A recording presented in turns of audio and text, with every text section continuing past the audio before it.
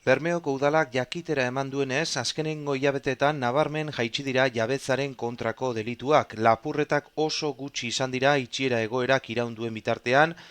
Bermeoko udalaren helburua da bide beretik jarraitzea eta hainbat ekintza eramango dira aurrera datozen hilabeteetan helburu hau lortzeko. Horixe adierazi du Bermeoko udaltzainburu den Aritz Floresek. Jabetzaren kontrako delituek maila ahalik eta apalenean jarraitzeko, herritarrengandik hurbilago egoteko eta bermeotarren segurtasuna eta osasuna bermatzeko hainbat ekintza preventibo jarri ditu martxan Bermeoko udaltzaingoak. Besteak beste, oinezko patruiak, Bermeoko udaltzaingoak oinezko patruiak areagotu egin ditu herrian zehar.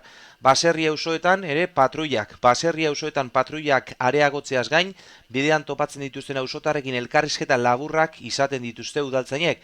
Elkarrizketa hauetan gomendio batzuk eman eta zeo zer susmagarria ikusi duten edo ez galdetzen zaie. Baiezkoa izatekotan, informazioa batzen da ikerketa hasteko. Baserri auzoetan asko eskertu dute euren laguntza eta presentzia segurtasuna ematen diegula jakinarazi dute. Horixe aipatu du Aritz Flores udaltzainburuak, Bermeoko udaltzainburuak.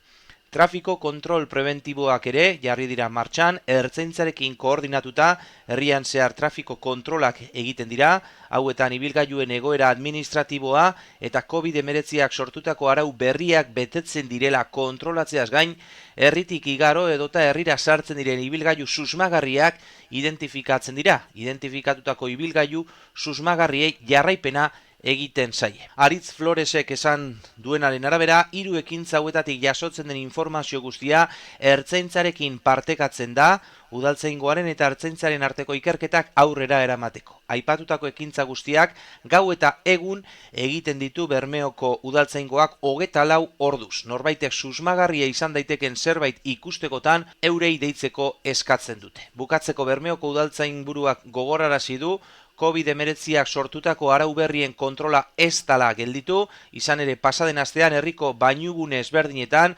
Aritzatxuko Hondartza, Arribola Astalape, kontrola handitu eginda bertan, herritarren segurtasuna eta osasuna bermatze aldera.